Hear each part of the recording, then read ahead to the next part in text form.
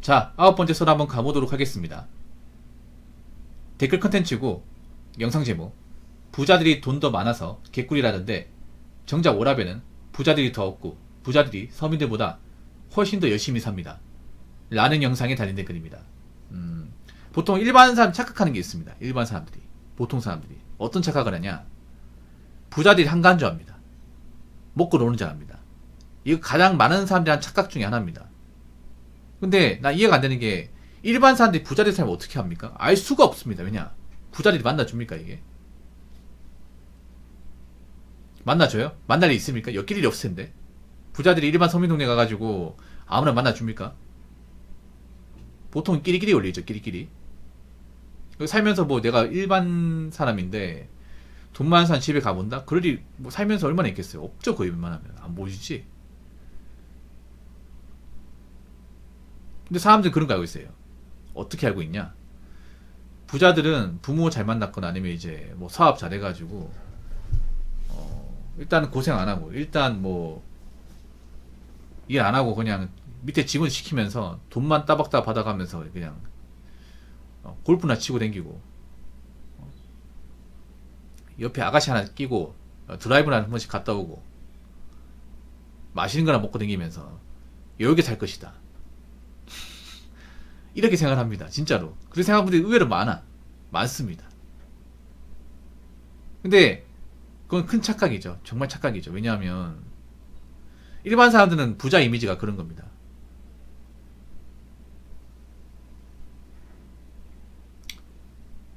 일반 사람들은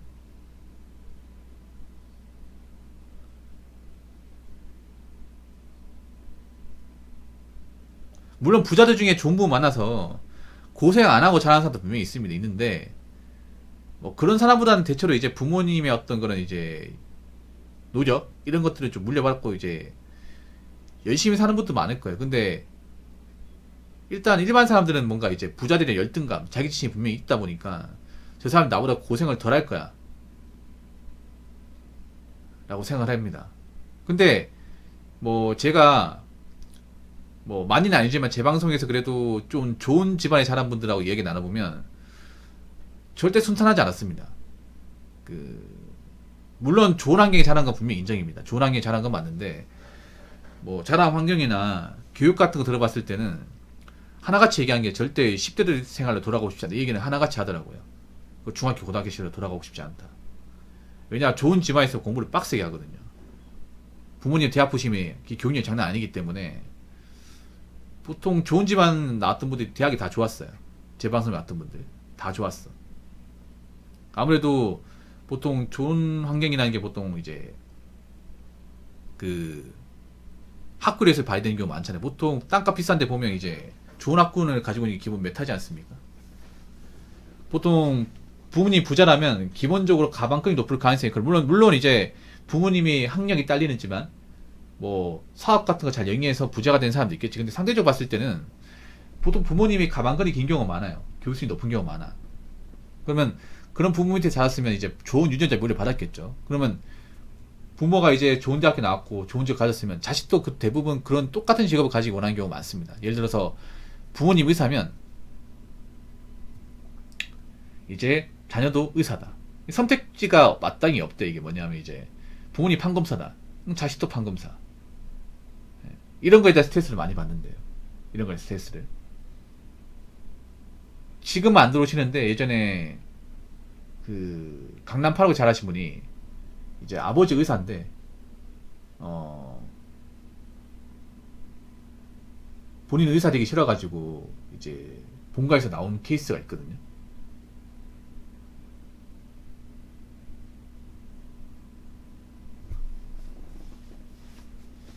특히 장남에 대한 어떤 압박을 많이 줘. 장남. 우리나라가 약간 장남 문화가 좀 심하잖아. 첫째가 잘 되는데, 첫째가 모범이 돼야 된다. 이런 게 아직까지 있어요. 지금도 있습니다. 지금도. 야, 첫째 네가 아까님이야 밑에 동생들 배울 거 아니가. 뭐 이런 거 있잖아요. 네가 언다가면 안 되지. 네가 잘 돼야, 네가 일단 집안에서 기둥이 돼야 동생들이 따라한다.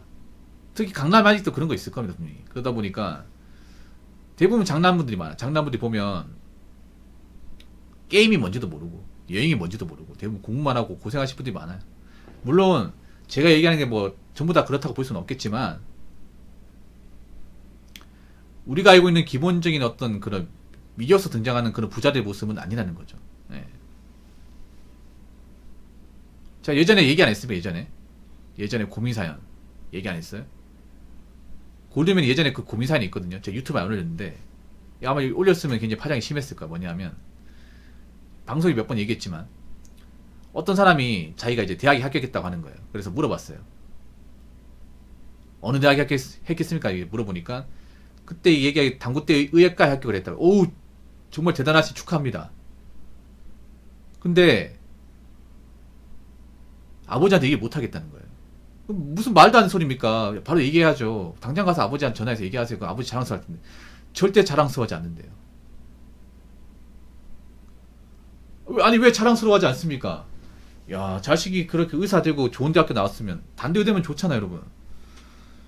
야, 집안이 대립본데 가니까 절대 그렇게 생각하지 않는다고. 아니 무슨 말도 안 되는 소리입니까? 하니까 그분 얘긴 즉슨 스카이 의대가 아니면 의대가 아니라고 얘기하는 거예요. 그 피셜, 예, 아버지 피셜. 그래가지고 이거 얘기하면 아버지한테 허리띠를 맞는다고. 나이도 기억나 그게. 그때 엄청 충격이었어요 이게. 지금 재수해가지고 원래 그러니까 자기들이 이제 고3 때 수능 쳐가지고 이제 의대 합격했대요. 그때 자기 말로 순천향대인가 붙었어. 거기 좋은 데잖아요. 근데 거기에 합격 보여주니 여기는 안 된다고. 아버지한테 혼나고 재수해라. 그 재수해가지고 시험 봤는데 단대대 붙은 거예요. 근데 이걸 얘기 못 하는 거예요. 어떻게 하면 좋냐요. 아니, 삼수 하래, 삼수. 재수해가지고 단대 나왔으니까. 그래서 어머니도 있을 거 아니야, 이거. 아버지가 뭐냐니까 아버지가 그 스카이 쪽에 이제 의사래요. 의사. 그리고 엄마도 의사. 엄마가 똑같은 이제 그 의사 집안. 근데 엄마한테 제가 얘기해보라고. 엄마는 그래도 본인의 어떤 고충을 들어주지 않을까? 라고 해서 엄마한테 얘기했대요, 이거를. 얘기해봤대. 그 엄마가 얘기하니까 돌아온 대답이 뭔지 아세요? 아버지 말 틀린 거 하나도 없으니까 아버지 뜻에 따라라.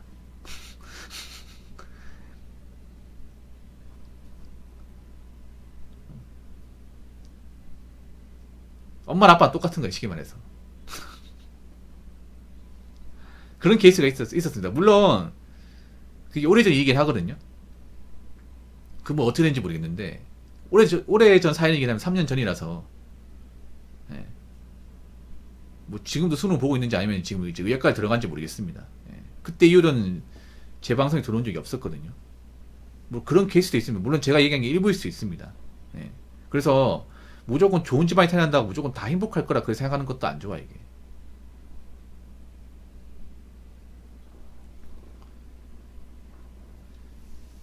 예전에 그것도 있었어요. 뭐냐 하면 강남 8학군인데 그분도 강남 8학군인데 한 육수인가? 육수였대 육수. 육수인데 인서울인가 붙었는데 의대가 아니야 그분은. 근데 의대 가기 싫대 본인은. 나한테 재수능에 나오고 싶다고. 기숙하고 나오고 싶다고. 여기 있으니까 정신 피폐해진 느낌이라고. 아버지 계속 의대를 가라고. 의대 개원은 네가 여기서 한 10년 공부해도 상관없다고. 10년 더 어디 공부하면 그 기숙하고 아시잖아. 완전 군대부터 빡빡하잖아 이게. 기상 시간 있고 밥 먹는 시간 정해져 있고. 군대가 낫습니다. 군대가. 거기 생활하면 군 생활 잘할 걸 아마도. 도저히 못하겠다고. 그런 사이도 있었거든요. 네. 어떻게 된지 모르겠습니다. 그분들.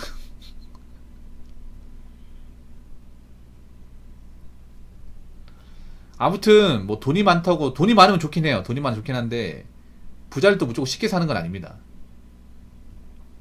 예, 무조건 쉽게 사는 건 아니야. 무조건 편하게 살 거라 생각하시면 안 돼. 물론 금전적으로 물질적으로 여유있게 사는 거 분명히 맞습니다. 그런데 그만큼 또 의무와 책임을 또 가중시키는 건 분명히 있어요. 자, 댓글 한번 읽어보도록 하겠습니다. 회사 규모가 크고 높은 지위에 있는 사람일수록 일이 많음. 그래서 밑에 사람들한테 일이 헷갈릴 정도로 너무 많아 머리가 아파 한입 깎고 두말하는 경우가 생길 수밖에 없습니다. 근데 요즘 자영업자들은 밑에 사람들한테 거의 일 다 맡기면서 편하게 큰돈 벌려고 하니까 문제. 그래서 폐업하거나 조소기업소에 됐습니다. 그럼 마지막 문장이 좀 이상하다. 마지막 문장이. 아니, 요즘 자영업자 중에 밑에 직원도 일시키고 자기는 돈만 받고 그런 자영업자가 있나 이게?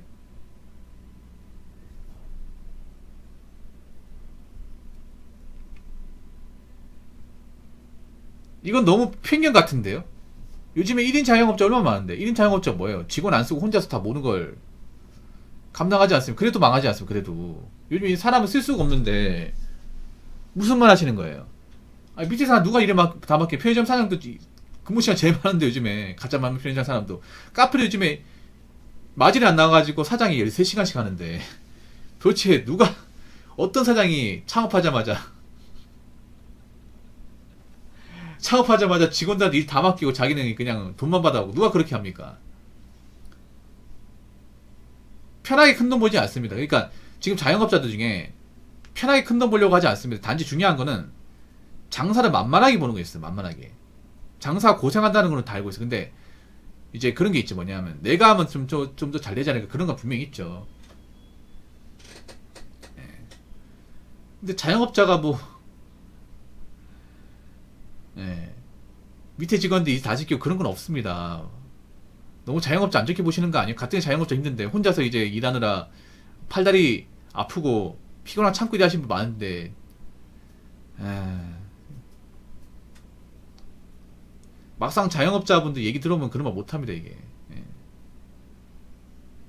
아픈 거 참고 일하시는 분들 많거든요 이게. 요즘에는 밑에 사람들 일 맡겨가지고 절대 타산 안 나옵니다. 절대로. 혼자서 해도 뭐 알바생보다 못 가져가는데